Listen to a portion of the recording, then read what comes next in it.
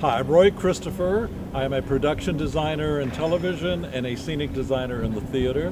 And this is my third time attending this event, and I get an invitation from Bill at UCLA, and I tried it out 3 years ago and found it very inspiring, and so I come back every year. The students who show up here, the quality of work. I've been doing what I do for 40 years, so I think back on what my work would have looked like in comparison to theirs. I could have never made the cut.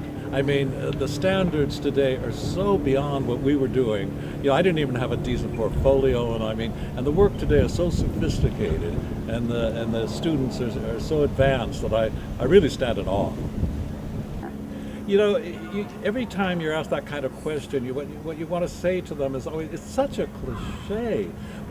I kind of stumbled into it. I always loved to design, but I kind of was thrust into it, and it kind of took hold of me and carried me along. It seems to me in my life, maybe it's kind of a Zen thing, anything I actively pursue and say I want to do this eludes me.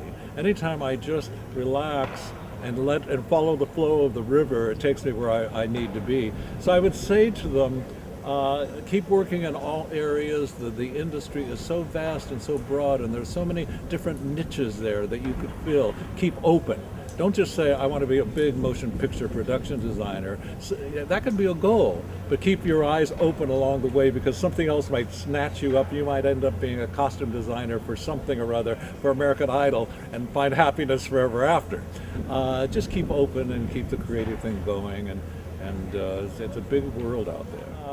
In the world of scenic design, whether it's for television, motion pictures, or the theater, for me personally, it has always been, I learned very early on in school, I had a professor who was in a directing class. He said, take the first line of Romeo and Juliet. I don't even remember what it was.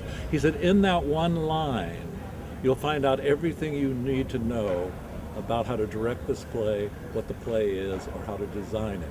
And it was just like a thunderbolt, that from these few words, you can decipher what you're supposed to do. And so if I'm doing just a pilot for a sitcom, I will actually go through the script looking for those words. I'll make lists of things, adjectives and descriptions and ideas.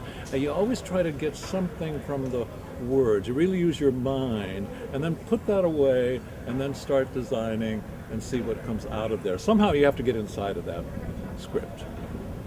I always say to design students, read more carefully.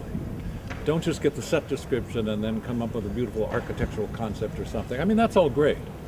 And I design very architectural and very three-dimensional, less projected-oriented than some. But even in the Oscars, Gil and I, we try to come up with a metaphor or an idea for the show.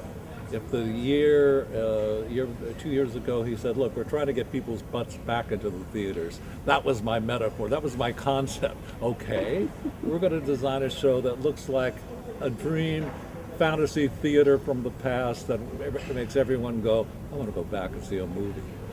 So you have to have an idea.